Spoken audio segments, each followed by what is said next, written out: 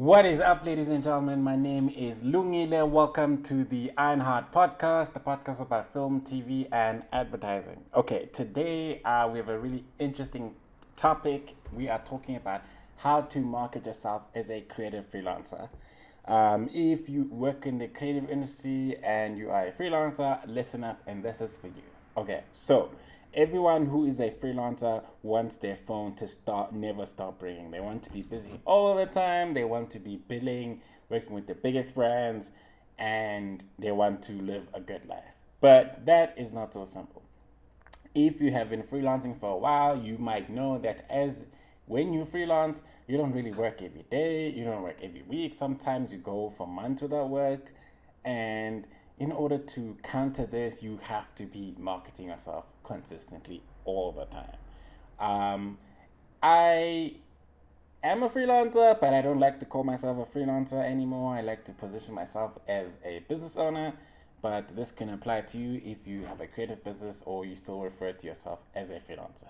Okay, so I just personally don't identify as that, but I'm just using the word freelancer just for the purpose of this episode, just to make it digestible and easy. Okay, so I have been owning a business for the last 5 years, and I'm going to be sharing some tips on how I get clients and things that you could do to get clients. Okay, so as a freelancer, one thing you need to do is if you want to get work all the time, you want to be busy all the time, you need to identify your strengths. You need to identify what sets you apart from other freelancers, and you need to find something that you are very good at. So maybe you might write, shoot, and direct. Maybe if you do like 4 or 5 things, you must try to find something that you're really good at, and a lot of people always hire you to do, and try to focus on that, to market yourself as that first. Just because you market yourself as an editor or a writer doesn't mean you're not going to take on work when you have an opportunity to do other things, that you have other skills. So if you're a writer, director, editor, doesn't mean if now someone comes with an editing job or directing job, you're not going to take it because you're marketing yourself as an editor. Okay. So what you need to do is you need to develop a niche. So you pick what you're best at and you can market yourself as that. I know a lot of people talk about marketing, but this is really important. The first thing you need to do is you need to build a portfolio and a website. Okay, so you need to have like examples of your work somewhere on a website. You can use Behance. You can use a free website like Pixel. Wix.com. And you just need to have your work ready to go and for you to show people what your work is. You can even have a show reel. Sometimes you can have different show reels for different verticals. So if you've done a lot of work in the construction industry, maybe you've done a lot of construction videos, you can have a reel for construction videos. And if you've done a lot of work in the beauty industry, you can have a reel for the beauty industry. So this might help you so that if you are approaching a beauty client, you just show them a beauty brand reel. If you're approaching a construction company, you have a construction company reel. Okay. You need to put your work out there. That's the other thing. You need to have your work on Vimeo, YouTube, and Behance. And you need to optimize your work for SEO. I know it's not nice to hear, but you really need to put yourself out there. A really basic example to check if you are easy to find is go on Google. Let's say you stay in Randburg and you are a graphic designer. Go on Google and type graphic designer Randburg and see where do you pop up on that page. If you do not pop up, obviously then you're not well known. You haven't been putting yourself out there as a graphic designer who lives in Randburg or Johannesburg or wherever you live. So when you Google yourself like that, or Google your skill, you need to you will see your competition, the people that are putting themselves out there, the people that you are fighting for work with. And with that, you need to figure out how you're going to make it easy for people to find you. And you can do that by creating social media content. I have a friend who who also does something similar work as me, but he really does not want to market himself. And the weird thing is that he's really good at what he does, but he doesn't put himself out there. He doesn't market himself. All he says is that he just wants to do the work. He wants someone to find the clients for him and do the work for him. So I don't think that's a good way of doing things. I think, as a freelancer, you need to take charge of your life. You need to control your destiny. So I usually advise him, like, dude, you need to put yourself out there. You need to be on social media. I put myself on social media a lot. I mean, obviously, I've got a podcast here. I've got YouTube content. I actually have a ton of content online because I want to put myself out there. I have a YouTube channel, I have a podcast, I have blogs, I have a website. I'm actually very easy to find if you Google me or you Google my company. And I did that on purpose for the last 5 years. So yes, as much as you want to do all the cool creative stuff, you still need to market yourself. And if you market yourself, you're going to do more cool creative stuff. That's how you're going to get the phone to ring. Okay. So if you are not a social media person, I'm sorry, you're just going to have to try. You're going to have to learn. Pick one social media site and start putting out content, putting your work out there, putting out stills of stuff that you do, whether it's Instagram, TikTok, or LinkedIn. You need to share your work. That's the first thing. Because just because you're good at what you do, it's not enough. I think that's one thing you realize as a freelancer. Just because you're brilliant at a certain skill doesn't mean you're going to get hired. People don't know you, they don't like you, they're not going to like you, and they won't hire you. So people need to know you, like you, and then consider hiring you, okay? So what you can do, you can share examples of your work, you can share like behind the scenes content, you can share tips, you can show project updates, you can engage your audience in your creative process. If you're an illustrator, you could literally just record yourself drawing and post it on YouTube or Instagram and share how you draw and stuff, and people will gravitate towards you and they will know that this is what you do. Next thing, you're getting a DM and people want you to do work for them.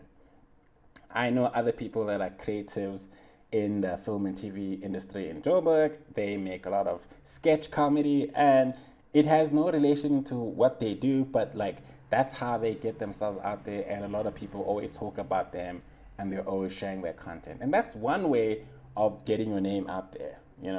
There's many ways to do it. You need to find what works for you, but you just need to do something. You can't just chill and have a website and a portfolio and expect the phone to ring. It does not work like that. That is not the world we live in. Okay. The next thing you need to do as a freelancer, you need to network and attend industry events. In any city where you are, whether you're in Joburg, you're in South Africa or another country, or wherever you are, you need to go and attend events that are in your industry. You need to attend workshops, you need to attend industry mixes, maybe even print business cards showcasing what you do and talk to people. Another thing you can do is you can DM people on LinkedIn, network with people that you like, creatives that you like. Just send them a message and say, hey, I really like your work. I'd really like to connect with you. You don't have to ask for anything. You can do that. I do that a lot. I DM people that I like their work just to build a relationship. I don't ask for anything, but I just send them a DM and say, hi, I really like your work. I think your work is really cool. And now I have like some rapport with them, Sometimes maybe I might need their skills. Sometimes I'm just DMing them because I'm just practicing reaching out to people that I don't know, to just build and expand my network. Okay, so you can meet people in real life, you can network with people online, you can network with people at conferences and workshops and all these type of things. So you really need to get out there and put yourself out there so that people know about you. Another way you can market yourself is you can create value-added content. Okay, when you create content that showcases, in fact, this is the easiest thing. This is my formula. This is what I've been doing. I've been making content for myself 5 years ago, 5 or 10 years ago. So I make content for someone who wants to do what I do, but who's 5 years or 10 years behind. And it helps me share my knowledge and things that I learn as I go from project to project. That's something you could do. And the easiest way to do things like this is let's say you work on a project. After you work on a project, maybe the day after, you make content about that project and say, hey, I worked on a project for this brand and this is what I did and this is what I learned. This is what I'm going to do next time. You see, like now you're just sharing stuff that you work on and you don't have to really think about what content to make. That's what I do sometimes. If I shoot like a case study video, I will shoot a case study video, edit it, finish it, deliver it to client. The next 2 days, I'll just write a little blurb about my experience about working in a case study. Then I write a little script, how to work on a case study, how to create a case study video, and I'll write a script, then I'll record a podcast talking about that specific project. I don't have to think too hard because I'm thinking about things that I've already done. Another thing you can do is you can collaborate with other freelancers, okay? So you can network with them and maybe do something together. You can do content together, you can do a podcast together, you can interview them in your podcast. There's different ways. I mean, you're creative, you can think of multiple things you could do to collaborate or work with other freelancers. Just to get your name out there. You can even collaborate with brands. You can cold outreach brands that you want to work with. You send them a DM and say, hey, I like what you guys do. I like what you represent. I'd love to pitch some creative ideas to you guys. You need to do it. Maybe you might send like 100 DMs and 10 people reply and one person will hire you. That's the game. You just have to do it. It's a numbers game. Okay? The next thing is you need to add yourself on all these freelance marketplaces. You need to join Upwork, Fiverr, Behance, and any professional directories that are related to your industry. Obviously, we talk about the creative industry, but maybe freelance in a different aspect, but you just need to put yourself out there so you're easier to find. Another thing you need to do, you need to ask for testimonials and referrals from your clients. One thing that I do now is as soon as I deliver for a client, I ask them, hey, if you know anyone else who needs a job like this, can you please refer me? Literally as I deliver the project. I don't wait like a week, 2 weeks, because that's how I get more work. I also ask for testimonials. I ask them to write reviews on my Google business page, and I want to add some of those titles also on my website. So that's something you can do. Another thing you can do to get clients is you can start and do email marketing, build a mailing list, and let people join your mailing list and share interesting content, useful content, and then people will know about you and they will be looking forward to your newsletter. You can Google how to do this. It's very easy. You can get MailChimp and you can start collecting emails and get people to sign up, maybe on your website. And the last thing you need to do, you need to refine your communication and pitching skills.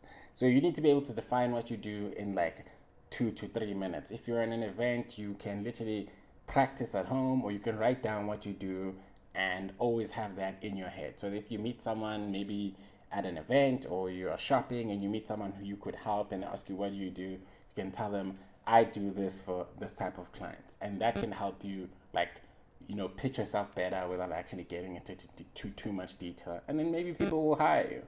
I know this has been like a long ass podcast, but I hope this helps. If you have any suggestions on how to get work as a freelancer, please drop a comment. Hit the like button if you're watching this on YouTube, or comment if you're listening to this on Spotify or Apple Podcasts. And I'll be glad to hear from you and hear what your techniques are in terms of sharing and finding work as a freelancer. I hope you guys like this content.